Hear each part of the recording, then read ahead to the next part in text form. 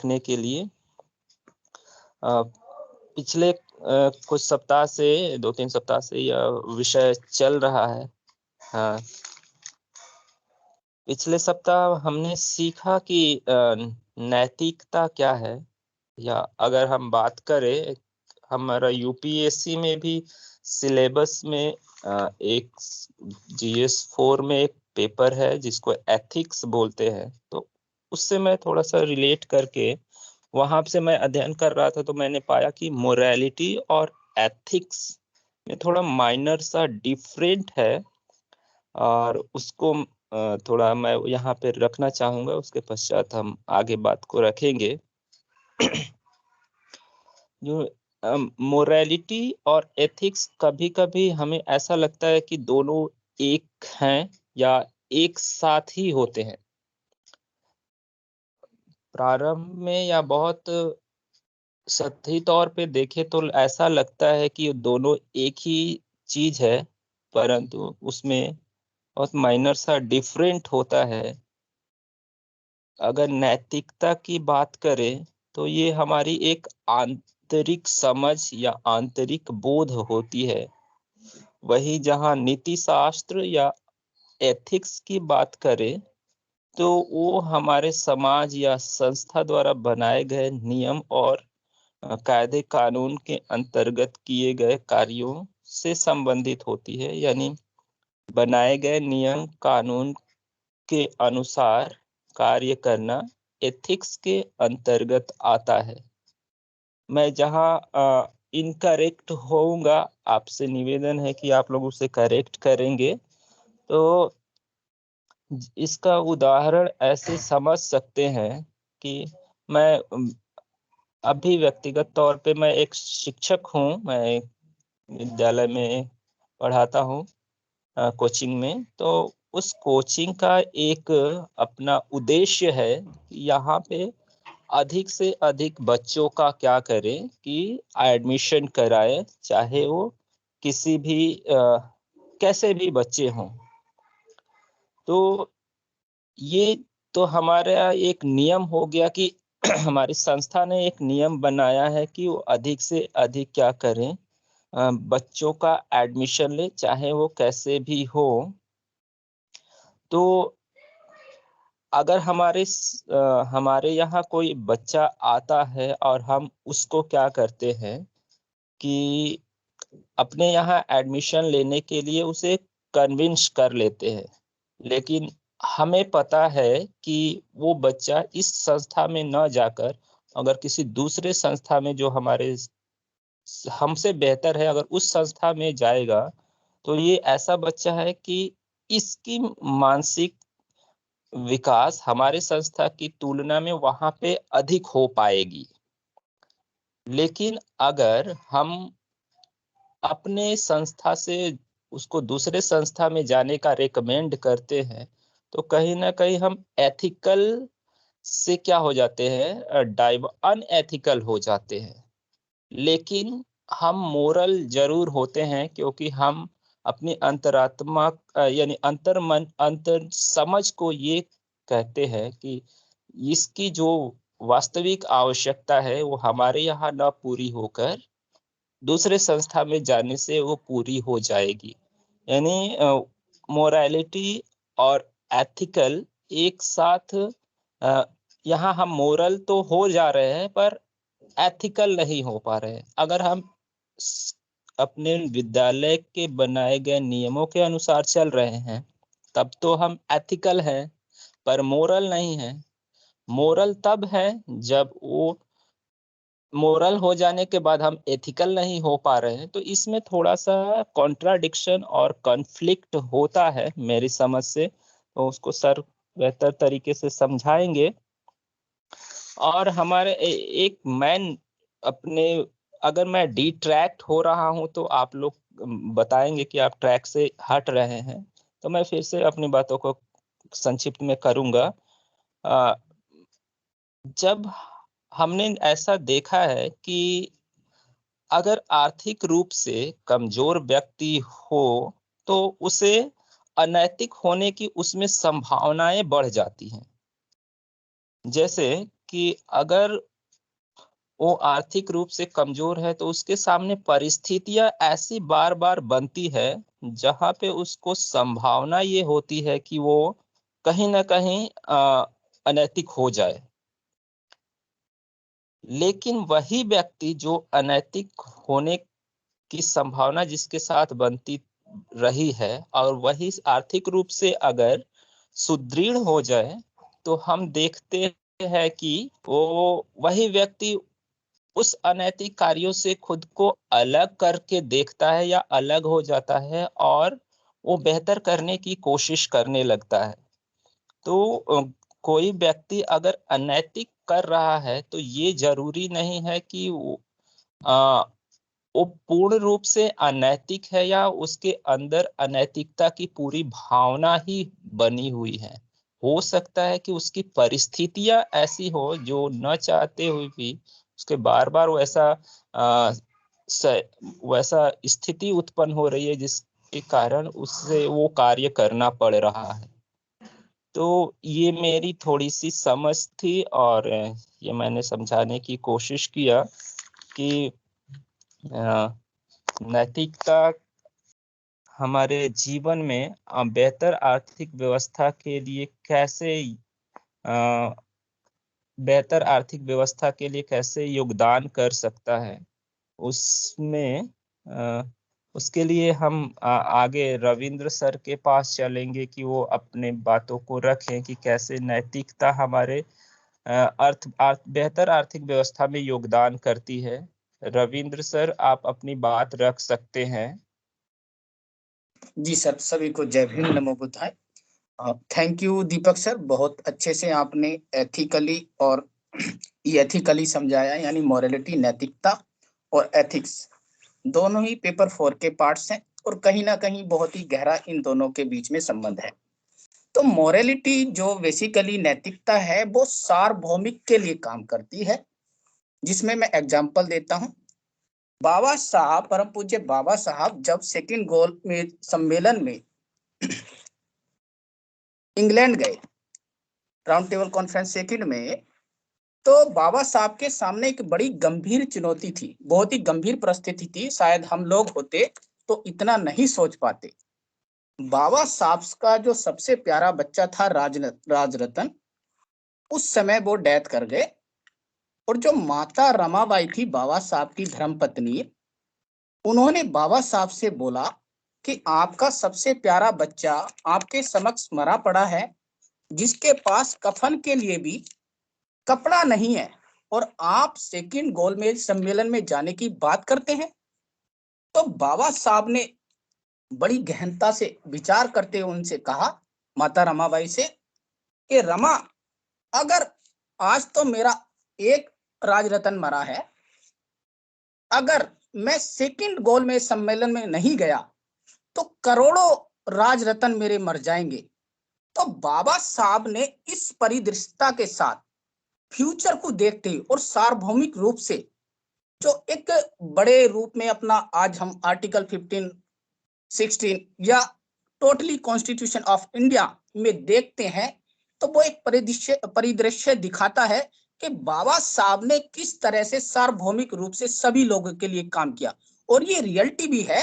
अगर बाबा साहब उस समय नहीं जाते, बाबा साहब ने तीनों सम्मेलन, गोल सम्मेलन में हिस्सा लिया, उसका मेन कारण यही था कि ब्रिटिश गवर्नमेंट ने बाबा साहब की बात इसलिए सुनी कि बाबा साहब ने जब वहां राउंड टेबल कॉन्फ्रेंस में तीनों में जिस तरह से आधार पर, एक वैज्ञानिकता के आधार पर उन्होंने सारे डाटे पेश किए, और जो उस समय वर्तमान की परिस्थिति थी, उन परिस्थितियों का जब दोनों से मेल करा के अपना एक सार रखा, तो तब ब्रिटिश गवर्नमेंट को भी सोचना पड़ा कि रियल में वास्तविकता ये है। तो दिस इज ए नैतिकता, जिसको हम मोरालिटी कह रहे हैं। देन अब सेकंड बात जो दीपक सर ने बताई है, ethics. Ethics actually particular person, व्यक्तिगत हित के लिए उसके आचरण को दर्शाता है। और सर ने स्कूल का एग्जाम्पल वाली बात ही दिया है, क्योंकि अगर हम व्यक्तिगत नहीं होंगे तो भी हम सब सार्वभौमिक रूप से नहीं सोच पाएंगे। स्टार्टिंग फेज में हर व्यक्ति अपने लिए ही सोचता है, तब जाके वो जब दूसरों से समूह से जुड़ता है तब वो सामूहिक के रूप में कन्वर्ट होता है। एग्जाम्पल, अगर मैं बात करूं सम्राट अशोक की,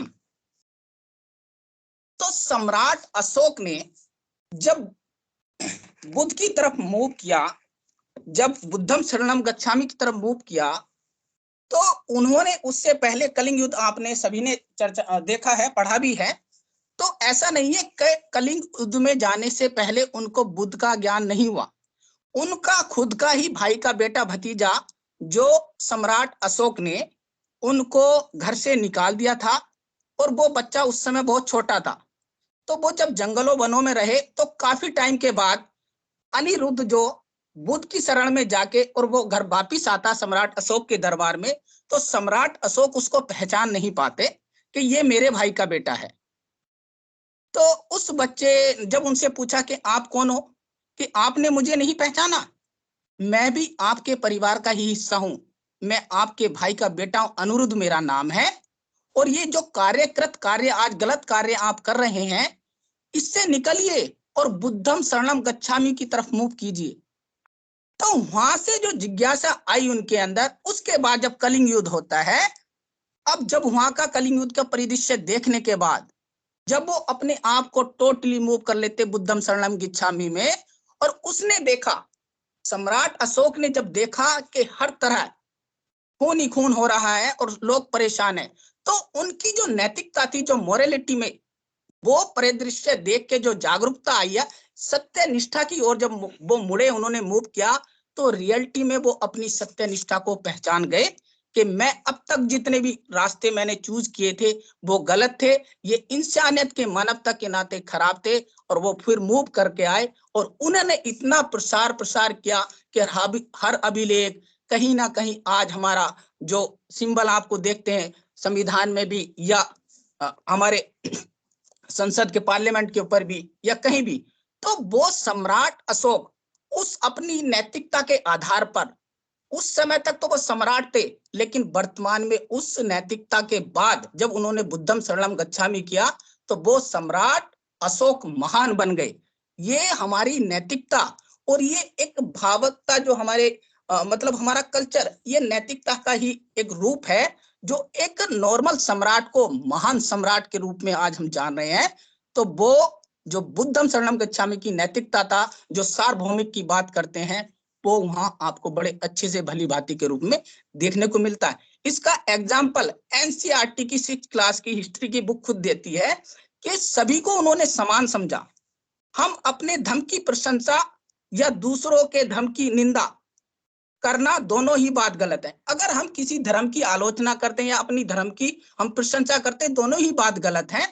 और ये हमारे संविधान के आर्टिकल 25 में भी मिला है, 26 में भी आपको देखने को मिलेगा। बाबा साहब ने बड़े अच्छे से कोट किया है कि हमें किसी की धर्म की आलोचना नहीं करी, और इसीलिए हम धर्मनिरपेक्ष है, पंथ निरपेक्ष है, क्योंकि हमें सभी धर्मों का सम्मान भी करना है और सभी धर्मों को अपनाना भी है। ये हमारी एकता और यूनिटी को दर्शाता है, हमारे भारत देश को अखंडता की ओर लेके जाता है, ना कि खंडित की ओर। और उसके बाद कहते हैं कि हमें सभी का आदर, सभी दूसरों धर्मों का आदर भी करना चाहिए। यदि कोई अपने धर्म की बड़ाई या दूसरों की धर्म की बुराई करता है, तो वह वास्तव में धर्म को ज्यादा, अपने ही धर्म को ज्यादा नुकसान पहुंचाता है। तो मोरालिटी ये कहती है, अगर हमें व्यवसाय या आर्थिक रूप से मजबूत होना है, तो उसके कुछ पैमाने हैं। एक मिनट सर, मैं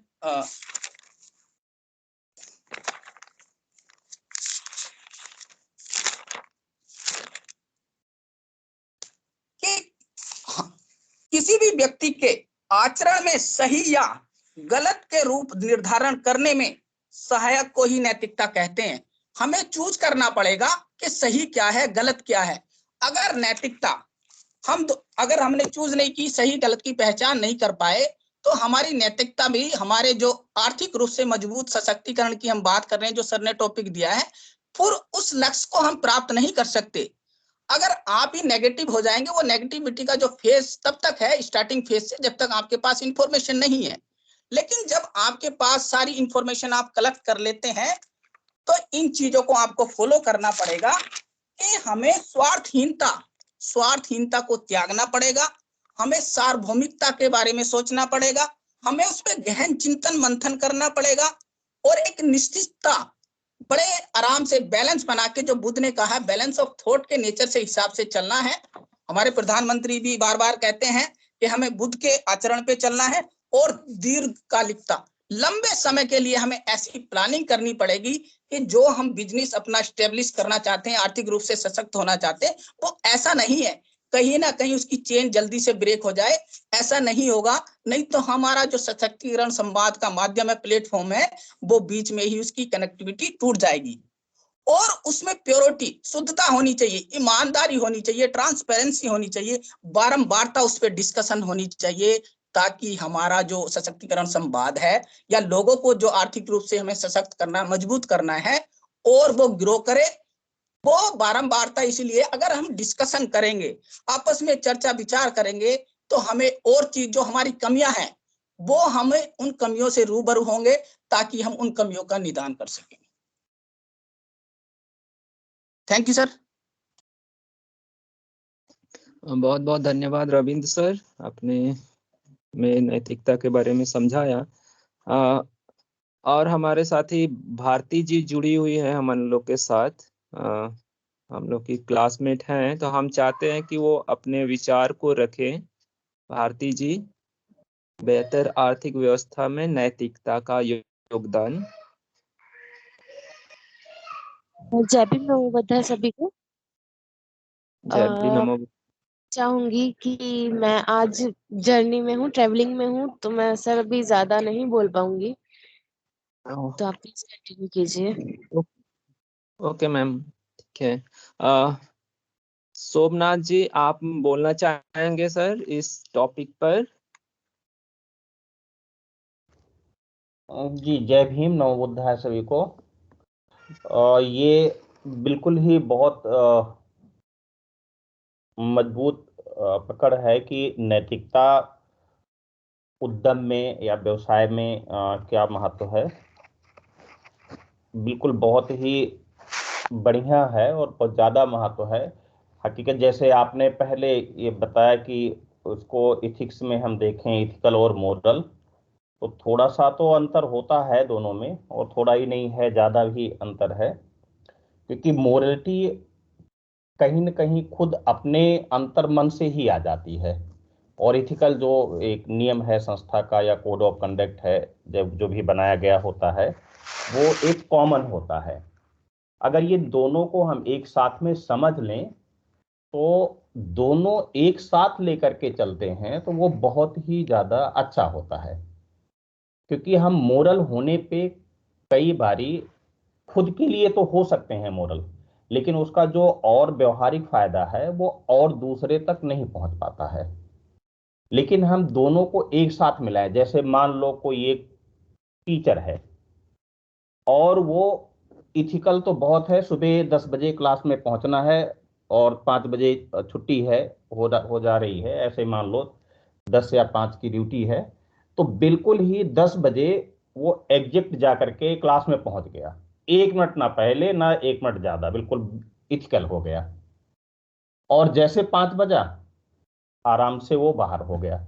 लेकिन बैठने के बाद में, क्लास में जाने के बाद में, उसका जो अपना काम है, जो उसमें मोरलिटी है, मोरल है कि वो हर एक बच्चे के साथ में इंटरेक्ट हुए, हर एक बच्चों को उसके जरूरत के हिसाब से देखे।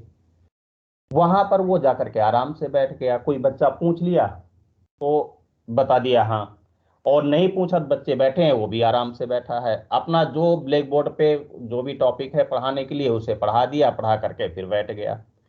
तो यहाँ पर हम समझ सकते हैं इथिकल तो वो है, बट वो मोरल, अपने जो मोरल करेक्टर है उसको पूरी तरीके से नहीं ला रहा है। तो ये हमेशा है हर व्यवहार में, अगर हम देखेंगे व्यवहारिकता में, कि जब भी दोनों को हम एक साथ में लाते हैं तो उससे हमारा तो अपना फायदा होता है, साथ में समाज का या साथ में जो जुड़े होते हैं, जो भी हमारे सराउंडिंग में होते हैं, उन सब के लिए भी बेहतर होता है। और ये अच्छा है कि जब हमारे आस पड़ोस में अगर बढ़िया होगा तो उल्टा उसका रिफ्लेक्शन हमारे ऊपर भी आएगा। बहुत अच्छा है। और व्यवसाय में कोई भी व्यवसाय है वहां पर बिना एथिकल हुए, बिना नैतिकता की जो भावना है या नैतिकता की जो समझ है, उसको हम जब तक बहुत अच्छी तरीके से नहीं लाएंगे तब तक लॉन्ग टर्म में नहीं चल पाएंगे। थोड़े समय के लिए कुछ काम किए हुआ, अच्छा हो गया और वो व्यक्तिगत हमारे लिए बहुत अच्छा लगा तो हम उसको ठीक किए, लेकिन साथ साथ में उससे जो और भी उसका मूल इथिकल पॉइंट है, जो उसका कोड ऑफ कंडक्ट है, जिस भी बिजनेस को हम चलाना चाहते हैं या जो भी उद्यम हम उद्यमिता को बढ़ा रहे हैं, उसको भी हमें अच्छी तरीके से देखना होगा। और अगर हम दोनों को एक साथ बैलेंस करके चलते हैं तो बहुत बढ़िया, बहुत अच्छी तरीके से चल सकता है। धन्यवाद। धन्यवाद सोमनाथ सर। राजकुमार सिंह जी हमारे साथ जुड़े हुए हैं, इस टॉपिक पे अपने विचार को रखें। राजेश कुमार सिंह जी।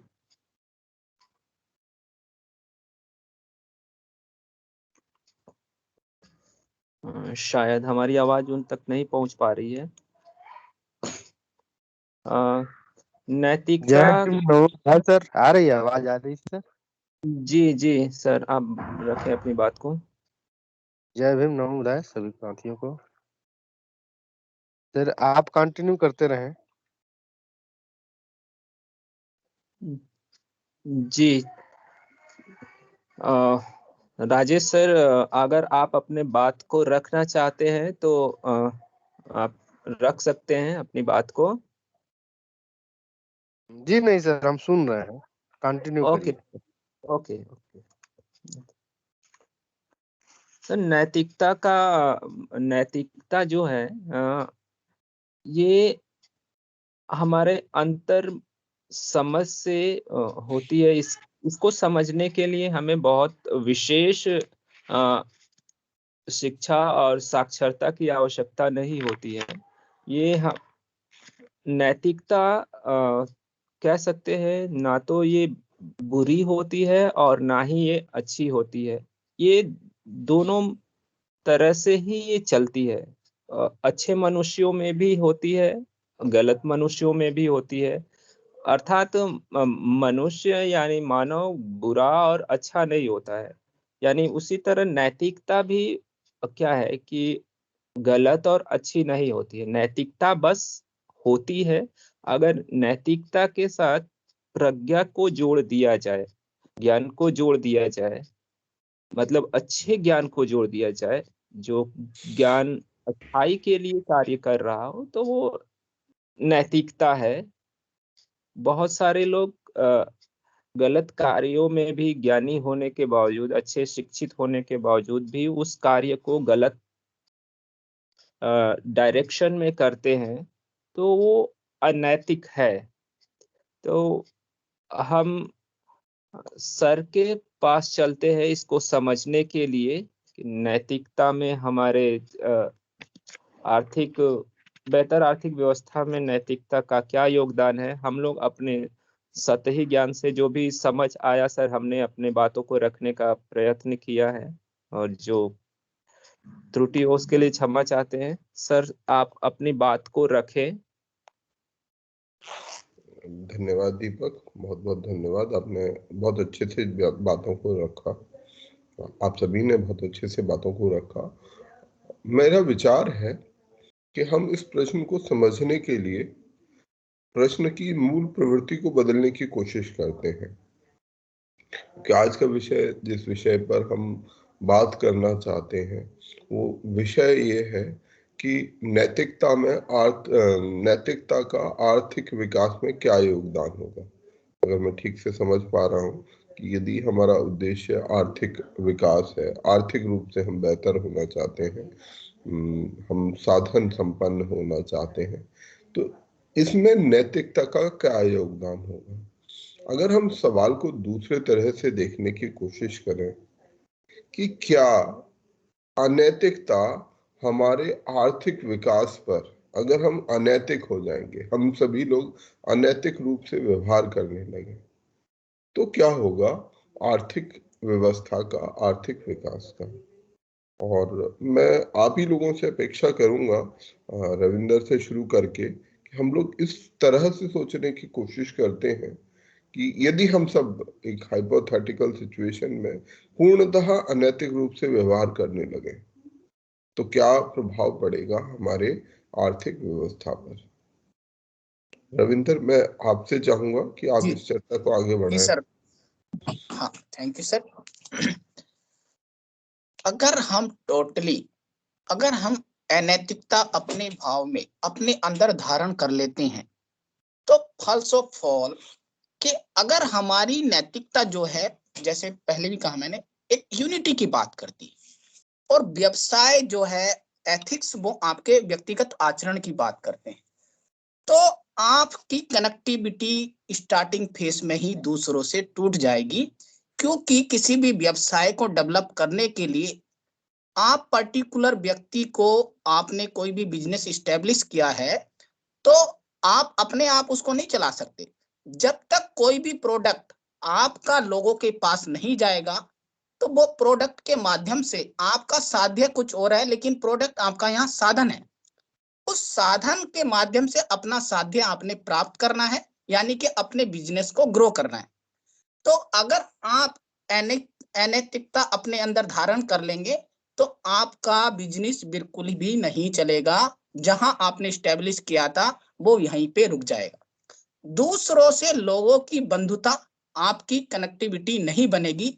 जो हमारा संविधान या बाबा साहब ने, भगवान बुद्ध ने कहा है कि हमें एकदम लिबरल रहना चाहिए, मानव मानव को समान सोच के चलना चाहिए, तो वो बंधुता भी हम नहीं बना पाएंगे। एक सामाजिक निर्माण का जो कल्याणकारी समाज की भावना हमारे संविधान में मिलती है, डीपीएसपी में मिलती है, वो भी आपको कहीं नहीं मिलेगी, देखने को मिलेगी। क्योंकि ऐसा नहीं है कि आपने बिजनेस तो स्टार्ट कर दिया, वो बिजनेस भी आपका एक माध्यम है समाज के कल्याण करने के लिए। क्योंकि ऐसा नहीं है कि सभी लोगों के पास बिजनेस स्टार्ट करने के लिए आइडियाज हो या फाइनेंस हो, लेकिन वो अगर आप नैतिकता आपके पास है तो वो सारी अचीवमेंट आप प्राप्त कर सकते हैं। बंधुता भी आपकी बनेगी, समाज कल्याण भी आप कर सकते हो, और आपस में एक यूनिटी में भी आप रहोगे। और अपने उस जो आपकी बाउंड्रीज एरियाज है उसको भी सिक्योरिटी के रूप में एक प्रोटेक्शन दे सकते हो। क्यों दे सकते हो? क्योंकि जब आपका प्रचार प्रसार, आपका व्यवसाय इतना फैल जाएगा तो लोगों के एक उस प्रोडक्ट के माध्यम से आपका जुड़ाव फैलेगा, प्रसार होगा। तो वो हमें अनैतिकता हमारे किसी भी बिजनेस में या पढ़ाई में कहीं भी नहीं आनी चाहिए। नैतिकता मूल्य हमारे लिए बहुत ही कंपलसरी है और वो सार्वभौमिक रूप में हमें जोड़ते हैं। एग्जाम्पल, जैसे परवीन सर हैं, परवीन सर की नैतिकता पॉजिटिव है। क्यों पॉजिटिव है? कि हम इतने सारे स्टूडेंट हैं और हम सभी तैयारी कर रहे हैं सिविल सर्विस की। कोई आईएएस बनेगा, कोई आईपीएस बनेगा, या फोर्थ क्लास का कोई चपड़ासी बन जाएगा। हम सबकी नैतिकता, लेकिन अगर हम एथिक्स कहते हैं कि भाई हम व्यक्तिगत हिसाब से तो सभी तैयारी कर रहे हैं, लेकिन नैतिकता सभी के पास है, लेकिन ये जरूरी नहीं सभी आईएएस आईपीएस ऑफिसर बन जाए, या उसमें कुछ रह भी सकते हैं। लेकिन नैतिकता आपको एक पॉजिटिविटी की दिशा देती है। वो पॉजिटिविटी के साथ अगर सत्यनिष्ठा के साथ आप काम करोगे तो जो आपके लक्ष्य हैं आप वो प्राप्त करोगे। अगर अनैतिकता होके काम करेंगे तो जो हमारे लक्ष्य हैं वो हमें प्राप्त नहीं होंगे। हमारा समाज से जुड़ाव नहीं होगा, हमारी कनेक्टिविटी टूट जाएगी, हमारे समाज का विकास नहीं होगा। समाज का विकास नहीं होगा तो देश का विकास नहीं होगा, और देश का विकास नहीं होगा तो हम फिर वही आ जाएगा, हमारे देश में या कहीं भी इमरजेंसी सिचुएशन बन जाएगी।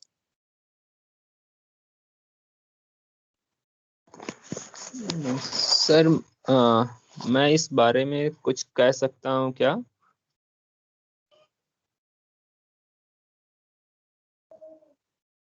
हेलो,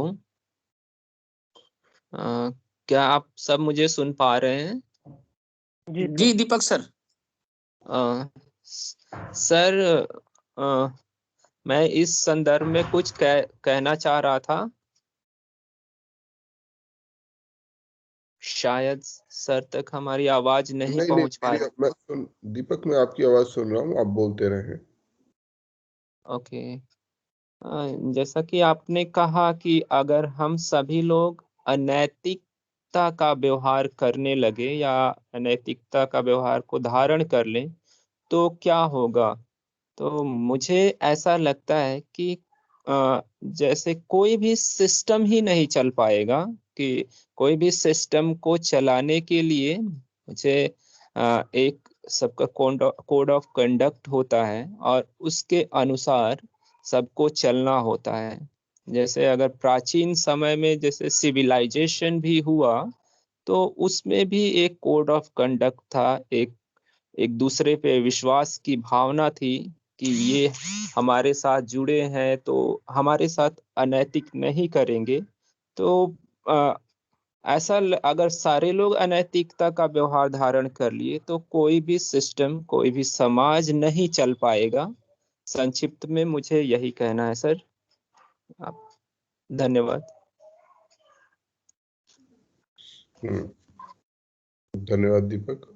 आप में से कोई और इस पर और बात रखना चाहेगा? Hello sir. हाँ मंगेश रखिए। सर मैं एक एग्जांपल के तरीके से बताना चाहूंगा। ये मतलब हम जो अगर किसी बिल्डिंग की बात करें, उसका जो बेस अगर मजबूत नहीं होगा तो बिल्डिंग पूरी ढस जाती है।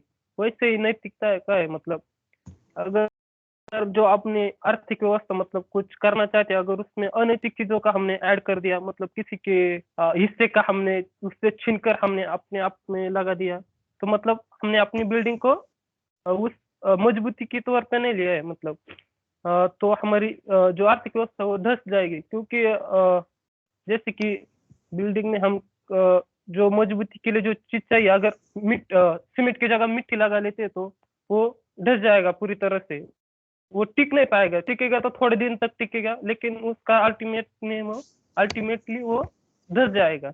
उसी तरह आर्थिक व्यवस्था का वो ज्यादा दिन तक नहीं टिक पाएगी, क्योंकि कारण है कि अगर किसी का छीन लेते हैं तो वो जरूर कोशिश करेगा कि उसको न्याय मिलेगा, वो सब चीजें करेगा जो उसके फिर से वो लेने की कोशिश करेगा।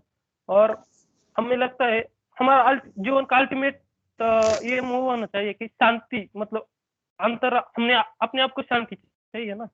तो अगर हम किसी से छीन कर लेते हैं, मतलब अनैतिक होकर कुछ चीजें करते हैं, तो हमें डर रहेगा, वो हम छुपाने की कोशिश करेंगे, मतलब हमेशा हम उस पर काम करने की कोशिश करेंगे।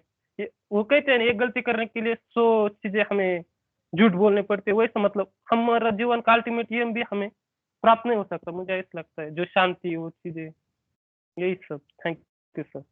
बहुत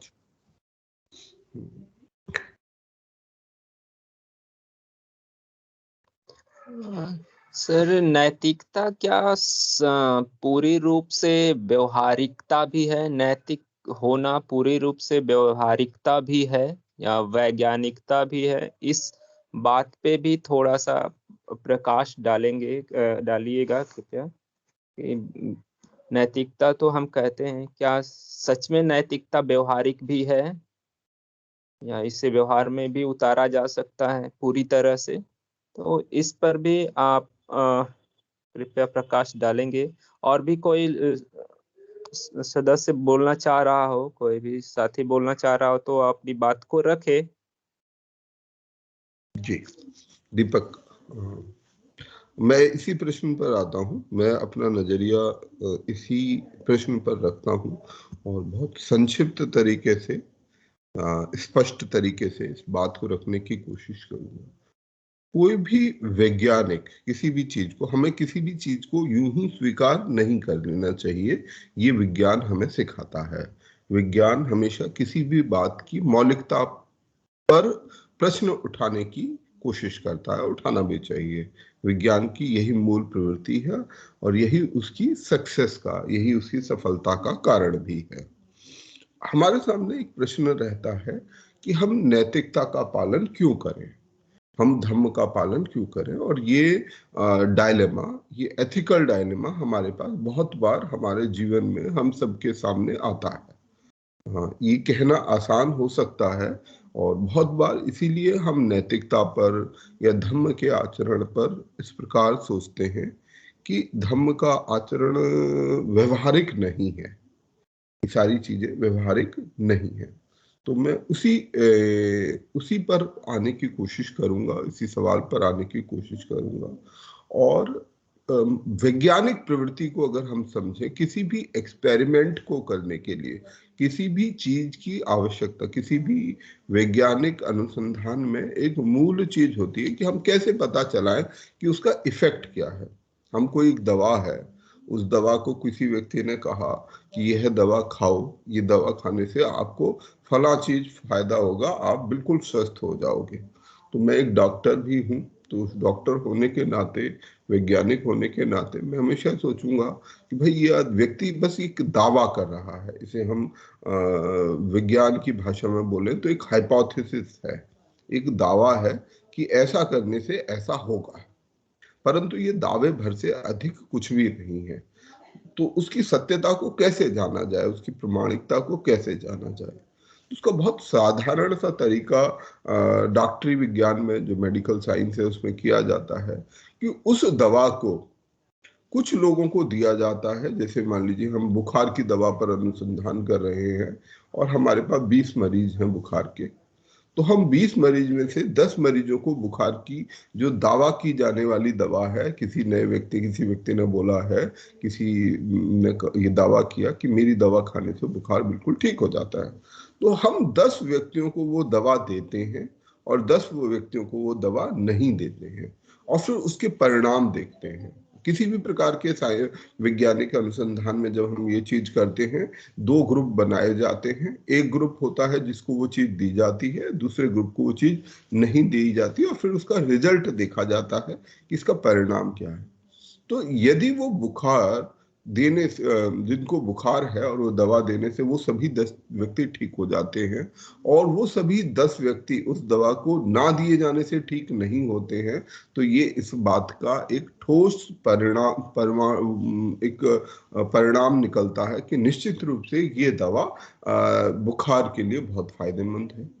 पर हमेशा ऐसा नहीं होता, कभी कभी इसके कुछ वेरिएंस भी आते हैं। कभी ऐसा होगा कि 10 जो बुखार वाले व्यक्ति थे उनको वो दवा दी गई, 8 स्वस्थ हो गए, 2 व्यक्तियों को, एक को बुखार थोड़ा कम हुआ पर एक को बिल्कुल नहीं उतरा, ये भी संभव है।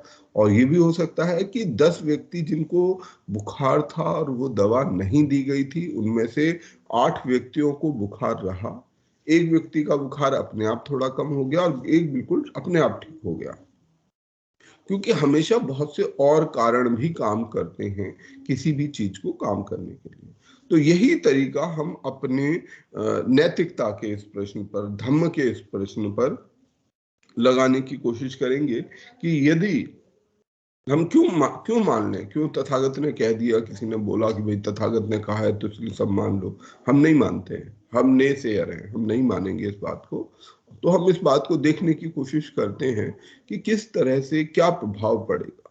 तो धम्म के हम बहुत ही, बाकी बहुत धम्म थोड़ा सा बड़ा है, पर धम्म के बहुत ही बेसिक पंचशील पर हम रहते हैं, ज्यादा इसका दायरा नहीं बढ़ाते हैं, नहीं तो चीजें कॉम्प्लिकेट होती जाएंगी। तो हम पंचशील पर ही रहें।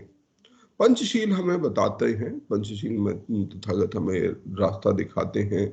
हिंसा नहीं करनी चाहिए, किसी को चोट नहीं पहुंचानी चाहिए, चोरी नहीं करना चाहिए, अस्तेय किसी का जो सामान है किसी की चोरी नहीं करनी चाहिए, झूठ नहीं बोलना चाहिए, गलत बात नहीं बोलनी चाहिए, ऐसी वाणी का इस्तेमाल नहीं करना चाहिए जो किसी को नुकसान पहुंचाती हो, किसी को बुरा लगती हो, ऐसी वाणी का इस्तेमाल नहीं करना चाहिए, झूठ नहीं बोलना चाहिए, बुरा नहीं बोलना चाहिए, बुरा बोलने से बचना चाहिए, नशा नहीं करना चाहिए, नशा करेंगे तो नुकसान होगा, ये हमें तथागत बताते हैं कि नशा नहीं करना चाहिए, व्यभिचार नहीं करना चाहिए, मतलब इमोरल बिहेवियर हमें अपने भीतर नहीं कर रखना चाहिए।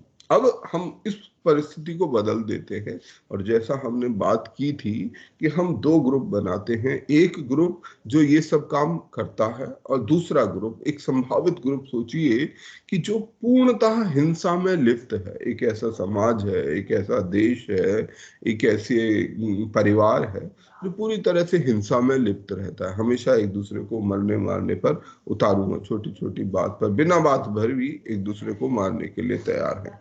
जहां हर जगह चोरी घर में, घर के बाहर, समाज में, रोड पर, हर जगह चोरी व्याप्त है। सब चोरी, सभी लोग चोरी करते हैं, वो सब चोर हैं, चोरी करते हैं, झूठ बोलते हैं। हर व्यक्ति एक दूसरे से झूठ बोलता है, घर में झूठ बोलता है, बाहर झूठ बोलता है, देश में झूठ बोला जाता है, नेता झूठ बोलता है, राजा झूठ बोलता है, प्रजा झूठ बोलती है। तो ऐसा एक समाज है। एक ऐसा समाज है, वो समाज ऐसा समाज है जो पूरे हमेशा नशे में लिप्त रहता है, नशा करता है। उसे सही गलत की, नशा करने में दिक्कत क्या है? नशा करने में दिक्कत है हमें सही और गलत का बोध खत्म हो जाता है। क्या सही है, क्या गलत है, हम उस बोध को खो देते हैं। परंतु ये समाज पूरी तरीके से नशे में रहता है। ये परिवार, सभी परिवारजन भी नशे में रहते हैं, व्यभिचार करते हैं, सभी लोग व्यभिचार का पालन करते हैं, कोई कैरेक्टर नहीं है। अब ये सोचिए कि ऐसा परिवार, मतलब अब हम ऐसा संभावित रूप से शायद ऐसा कोई समाज, ऐसा कोई परिवार नहीं, कोई जगह ऐसी नहीं ढूंढ पाएंगे जहां ये चीज 100% होती हो। परंतु सोचिए उन सभी जगहों को, उन सारी जगहों के बारे में जहां हिंसा बहुत ज्यादा व्याप्त है। हमारे आसपास भी हम सोच सकते हैं जहां बहुत हिंसा व्याप्त हो। हमारे आसपास अफगानिस्तान एक ऐसा देश है, कभी कभी लगता है भारत के अंदर जहां जहां भी हिंसा ज्यादा व्याप्त है, वहां सोचिए वहां की स्थिति क्या है, वहां का आर्थिक विकास की स्थिति क्या है।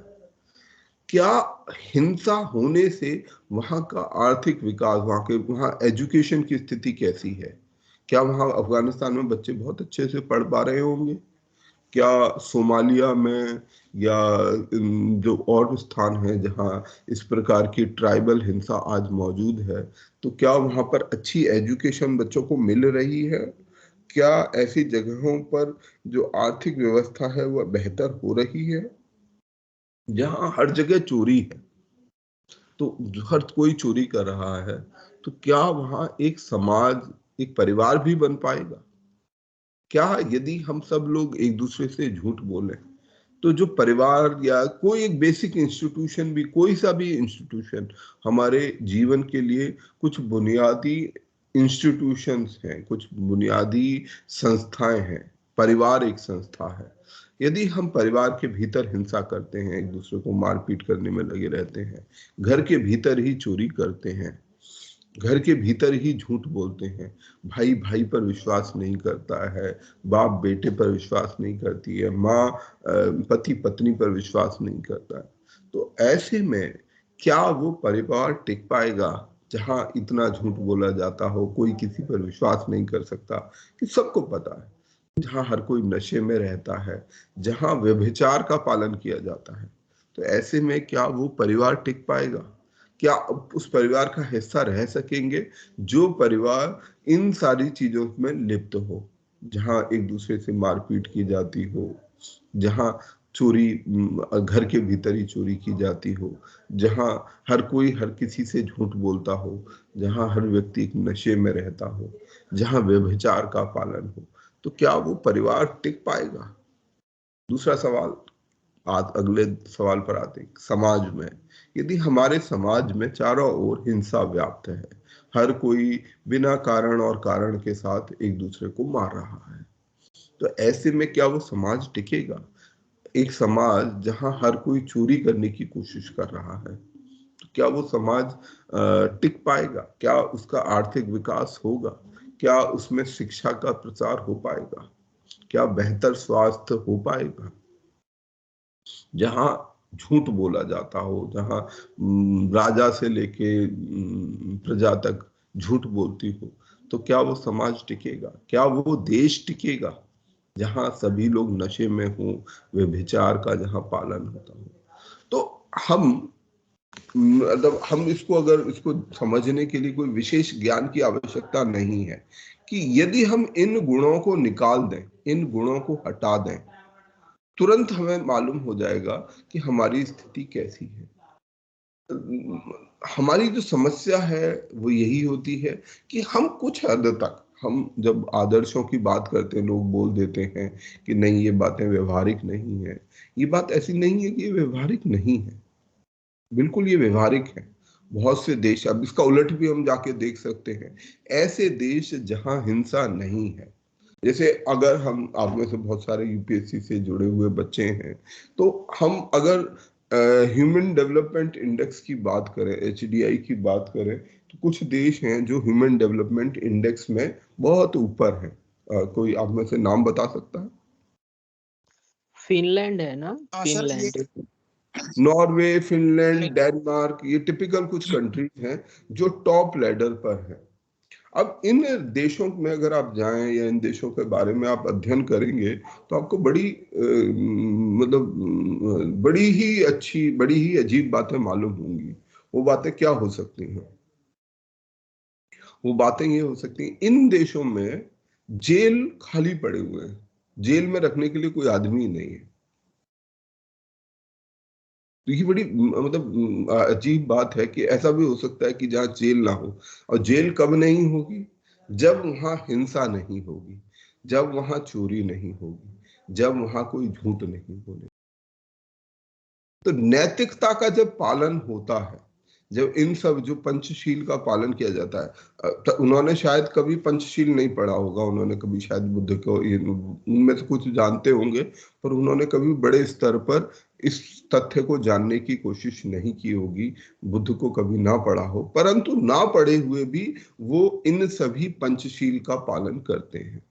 वहां हिंसा नहीं है समाज में, वहां पर लगभग ना के बराबर हिंसा है। लीस्ट मोस्ट पीसफुल कंट्री है वो। नोबेल प्राइज देते हैं हम सबको कि भाई आप अच्छा व्यवहार करें, तो वो जो नोबेल प्राइज इन्हीं देशों के द्वारा दिया जाता है।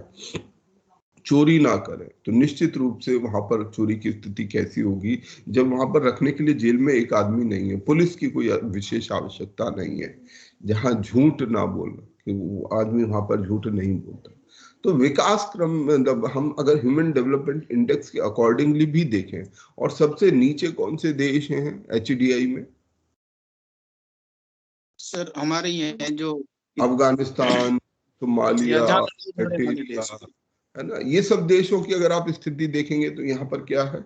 यहाँ यही सब चीजें आपको दिखाई देंगी। यहाँ हिंसा है, भरपूर हिंसा है। हर आदमी अफगानिस्तान में एक बंदूक लेके घूम रहा है, हर 10 लोगों ने अपना एक गुट बना लिया है और वो हथियार लेके घूम रहे हैं, एक दूसरे को मार रहे हैं, चोरी कर रहे हैं। कोई व्यवस्था नहीं है, हर कोई किसी से जब जिसका दाव पड़ जा रहा है वो कर ले रहा है। हर जगह झूठ बोला जा रहा है। जब राष्ट्रपति, प्रधानमंत्री और बड़े बड़े स्तर के लोग झूठ बोलते हैं, वहां के राष्ट्रपति पर यह आरोप लगाया गया कि वो गाड़ियों में, हेलीकॉप्टर में भरकर रुपया ले गया। नशा ना करना, मतलब नशा ये भी एक प्रकार का नशा है। ये ध्यान रखें कि नशे का मतलब शराब ही नहीं होता है, नशे के और बहुत से मतलब होते हैं। मत अंधता, मतांधता, ये भी अपने आप में एक तरीके का नशा है। जरूरी नहीं है कि हम नशे को उस तरीके की वस्तुओं के साथ जोड़कर ही देखें, कई और प्रकार के नशे होते हैं। उन नशों की भी बात है यहाँ पर। व्यभिचार, किसी भी तरीके का कोई एक मॉरल कैरेक्टर हमें देखने को नहीं। तो जो हमारा पंचशील है, जो ये मार्ग है, जो हमारी नैतिकता का मार्ग है, जो धर्म का मार्ग है, धर्म का मार्ग अगर हम बहुत ही सुपरफिशियली भी देखें, बहुत सतही तौर पर देखें, आज की परिस्थितियों के साथ जोड़कर देखें, हम अपने ह्यूमन डेवलपमेंट इंडिकेटर्स के साथ जोड़ के देखें, तो जैसे जैसे हम देखते हैं कि जहां जैसे जितना पंचशील का पालन हो रहा है, उतना ही वहां ह्यूमन डेवलपमेंट इंडेक्स बेहतर है। जहां जितना कम हो रहा है, उतना ही कम हो रहा है। अब हम लोग हैं, हमारे देश में भी हम देख सकते हैं, हम 120 कितनी 31वीं पोजीशन पर हैं, मतलब नीचे की, काफी नीचे की तरह पर है। तो आज हम अपने समाज में भी इस बात को देख सकते हैं, हर ओर हमें हिंसा दिखाई पड़ती है। हर कोई किसी को मारने की कोशिश कर रहा है। कोई किसी की जाति का नहीं है तो इसलिए मार दो, कोई किसी के धर्म का नहीं है इसलिए मार दो, कोई महिला है, विपरीत जेंडर के व्यक्ति है इसलिए उसको मार दो। या मतलब हिंसा का मतलब किल करना ही नहीं है, चोट पहुंचाना भी है। तो किसी ना किसी कारण एक दूसरे को चोट पहुंचाना, ये आज हमारे यहाँ फैशन है। आज हम सड़क पर जाते हैं, किसी की गाड़ी किसी से जरा सा छू जाएगी तो लोग एक दूसरे को गोलियां मार देते हैं। आए दिन हम हर रोज पढ़ते हैं कितने हद तक हमारे यहाँ हत्याएं हो रही हैं, चोट पहुंचाई जा रही है। चोरी ना करना, चोरी ना करना। निश्चित रूप से हम अपने समाज में देखते हैं कि चोरी है, बड़े से बड़ा व्यक्ति और छोटे से छोटा व्यक्ति कहीं ना कहीं चोरी करने के ऊपर, यानी कि जो उसका नहीं है उसे लेने की। चोरी का मतलब क्या होता है, व्हाट इज चोरी? ये बहुत बात इंपॉर्टेंट है कि चोरी क्या है। तो चोरी का मतलब जो आपका नहीं है वो आप ले लें, जो आपको नहीं बिलोंग करता है, जो आपका नहीं है वो किसी से ले लेते हैं, वही चोरी है। तो आज आप देखते हैं बहुत सारे ऐसे बड़े बड़े ऑफिसर, बड़े बड़े नेतागण, बड़े बड़े लोग वो चोरी कर रहे हैं, हजारों करोड़ रुपए की चोरी करते हैं। बहुत छोटे छोटे, मतलब ऐसा नहीं कि केवल वही चोरी है। गरीब होना कोई नैतिकता का प्रमाण नहीं हो जाता है, ये बात ध्यान रखिएगा। गरीबी नैतिकता नहीं लाती है। नैतिकता का धन संपत्ति से, अमीर होने से, पढ़ा लिखा होने से, गरीब होने से, अनपढ़ होने से कोई संबंध नहीं है। लोग पढ़कर भी हम अपने आसपास देखते हैं कि अनैतिक चरित्र को अपना सकते हैं। लोग बहुत पैसा होकर भी अनैतिक चरित्र को अपना सकते हैं। लोग गरीब होकर भी अनैतिक चरित्र को अपना सकते हैं। ये समझने की कभी भूल नहीं करनी चाहिए कि जो व्यक्ति आर्थिक रूप से संपन्न नहीं है वो हिंसा नहीं करेगा। वो भी हिंसा करता है, वो भी चोरी करता है, वो भी झूठ बोलता है, वो भी नशे में रहता है और व्यभिचार का पालन करता है। तो ये कोई एक्सक्यूज नहीं है। और हाँ, गरीब व्यक्ति के पास एक एक्सक्यूज है कि उसको किसी ने बताया नहीं है। जो पढ़ा लिखा व्यक्ति है, जो संपन्न व्यक्ति है, उसके पास ये एक्सक्यूज भी नहीं है। पढ़े लिखे व्यक्ति के पास ये एक्सक्यूज भी नहीं है। उसको वो मौका मिला, वो जानता है कि ये करने का क्या प्रभाव होगा, वो जानकर भी वो गलती कर रहा है। बस इतना ही अंतर है एक गरीब अनपढ़ व्यक्ति में और पढ़े लिखे ऑफिसर व्यक्ति में। बाकी करप्शन, चोरी सब एक जैसी है। और जहां ये चीजें जितनी ज्यादा मात्रा में होंगी, हमारा ह्यूमन डेवलपमेंट इंडेक्स, हमारा सोशल डेवलपमेंट उतना ही कम होता जाएगा। और ये बिल्कुल, आप अगर बिल्कुल ध्यान से देखें, एक एक देश के ऊपर आप ये अध्ययन कर सकते हैं, एक एक समाज के ऊपर आप अध्ययन कर सकते हैं कि जो नैतिकता है, जो धर्म का आचरण है, वो पूरी तरीके से हमारे ह्यूमन डेवलपमेंट पर, हमारे विकास पर, आर्थिक विकास पर सीधा सीधा डायरेक्टली प्रोपोर्शनल है। इस बात को मैं पूरे दावे से और पूरी जिम्मेदारी से कह सकता हूं। तो मैं इस विचार को ऐसे ही ले जाना चाहूंगा कि हमें समझना चाहिए कि आर्थिक विकास, और अब एक और अंतिम प्रश्न यहाँ ये उठता है कि ठीक है, अगर हम नैतिकता का मार्ग अपनाने भी लगते हैं, हम पंचशील का मार्ग अपनाने लगते हैं, बाकी लोग तो नहीं अपनाएंगे पंचशील का मार्ग, वो तो अपने जो मार्ग जो उन्होंने समझा है उसी पर चलते रहेंगे, तब क्या करना चाहिए? और ये बड़ा जटिल प्रश्न है, और शायद हम इस पर, अगर आप उचित समझेंगे तो हम अगली बार इस पर चर्चा करेंगे कि ऐसे माहौल में, ऐसे समय में जहां चारों तरफ अनैतिकता है, जहां चारों तरफ अधर्म है, वहां धम्म का पालन कैसे किया जाए, वहां नैतिकता का आचरण कैसे किया जाए। अगर आप लोग उचित समझेंगे तो अगली बार के लिए हम इस विषय को चुन सकते हैं। Yes sir. जी सर।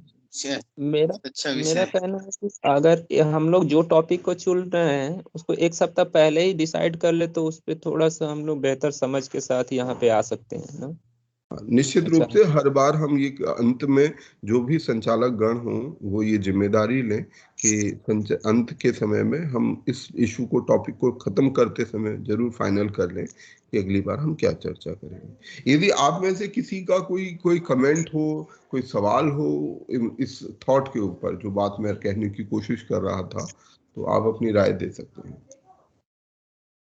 नहीं सर, ये तो अच्छा है, बहुत अच्छी इंफॉर्मेशन दिया आपने। और सर मेरा एक अलग क्वेश्चन है। एनसीईआरटी में दिया हुआ है कि जो धम वर्ड है, धम जो शब्द है वो संस्कृत से निकला हुआ है, और जब हम बुद्धिज्म के जो एक्सपर्ट हैं वो कहते हैं धम से जो है ये उससे नहीं निकला हुआ है। देखो, मैं फिर भी दो तरह से सवाल को देखता हूं कि क्या ये सवाल आवश्यक है। धम्म क्या है ये ज्यादा आवश्यक है, बजाय इसके कि धम्म का शब्द, क्योंकि हम बहुत बार उसकी आवश्यकता को भूल उसकी एटिमोलॉजी में ज्यादा उलझ जाते हैं। तो सबसे पहले तो हम धम्म को समझें। दूसरे तौर पे ये कहा जा सकता है, क्योंकि देखो यहाँ शोध की कमी है। हम एक तरफ शोध की बात तो कर सकते हैं, संस्कृत भाषा आज जीवित है तो संस्कृत भाषा के बारे में आज हम कह सकते हैं, पर धम्म शब्द जिस भाषा से आया है, पाली भाषा से आया है, उस शब्द के ऊपर, उस भाषा के ऊपर कोई शोध नहीं है, लगभग ना के बराबर शोध है। तो जब तक वो शोध नहीं होता तब तक प्रमाणिकता के साथ हम ये कह भी नहीं सकते कि ये शब्द का वो जो ओरिजिन है वो कहाँ से है। परंतु फिर भी आज के समय में ये बात ज्यादा महत्वपूर्ण है कि हम इस पर फोकस करें कि धम्म क्या है। Thank you sir, thank you sir. एक प्रश्न है मेरा कि अगर समय है तो मैं जल्दी से पूछ लूं, अन्यथा कल अगले सप्ताह है। नहीं पूछिए, इसी से बात पूछिए, अभी टाइम है हमारे पास। अरे ये जैसे कि हम नैतिकता या इस तरह की बातों को जब मैं अकेले में रहता हूँ, लोगों से कम मिलता हूँ, तो हमारे अंदर ऐसा रहता है कि हाँ मैं उसका पालन कर पाऊंगा। लेकिन जैसे ही समाज में जाता हूँ, समाज के लोगों से ज्यादा मिलता हूँ, तो हमें लगता है कि उनका प्रभाव ज्यादा मेरे ऊपर पड़ने लगता है। और पड़ने का इन द सेंस कि वो अगर चुगली, मतलब किसी की वो कर रहे हैं, किसी का चुगली कर रहे हैं, तो उसमें खुद शरीक हो जाना, या दूसरे से अगर मेरे जगह पे किसी और बंदे का जॉब लग गया तो थोड़ा मेरे अंदर इंफीरियर या उस तरह का जिलस, न चाहते हुए भी जिलस का भावना आना, वो ज्यादा अफेक्ट हो जाता है। जब मैं अपने कमरे पे रहता हूँ, अकेले रहता हूँ, तो मुझे लगता है कि मैं ज्यादा ही अच्छा बिहेवियर का मनुष्य हूँ। जबकि मैं समाज में जब जाता हूँ तो मुझे लगता है कि वो समाज का प्रभाव मेरे ऊपर ज्यादा पड़ने लगता है। तो मैं अकेले रहूंगा तो समाज से नहीं जुड़ पाऊंगा, और समाज में जाऊंगा तो गलत प्रभाव मेरे ऊपर पड़ रहा है। तो इसके लिए क्या करें?